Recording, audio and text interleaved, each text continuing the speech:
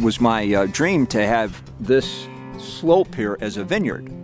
And I called Cornell University and asked for some advice. And I told them I wanted to grow a red grape for a good table wine for family and friends. And they kind of chuckled because I wanted a Sangiovese grape to produce a Chianti. And they said, it's impossible in Madison County. Why don't you grow hops? So Cornell came and they acted as mentors and did an excellent job in educating me on how to grow hops. The 2-acre vineyard became 1,200 vines of hops. The weather conditions are idyllic for growing hops in this area. The best latitude is the 48th latitude. We're at about 44.5 here on this farm. The Erie Canal Brewing Company is the only craft brewery in New York that grows its own ingredients. So we have our hop yard here. There's 1,200 vines. This is enough for 600 barrels of beer. But we also have a barley field. That's 40 acres of barley, and it's 2-row pinnacle barley. 3 years ago, that entire field, 120 acres, was barley, and it was the largest barley field east of the Mississippi River. So there's enough there for a year. And what we'll do next year is we'll take that 40 acres and we'll rotate it around the field.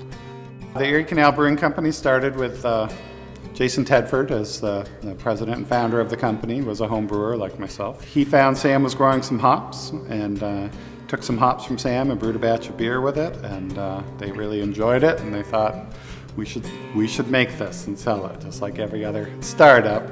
You know, you start with a good product and work from there. And that was 2 years ago they started on a 1-barrel system.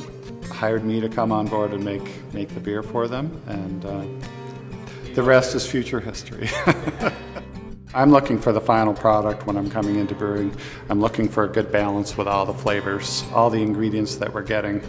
What is this ingredient at this time? What is it giving? Is it giving malt? Is it giving body? Is it giving, a bitterness or a flavor from the hops? So I know what my final product is going to be. I want someone to have a second glass of my beer.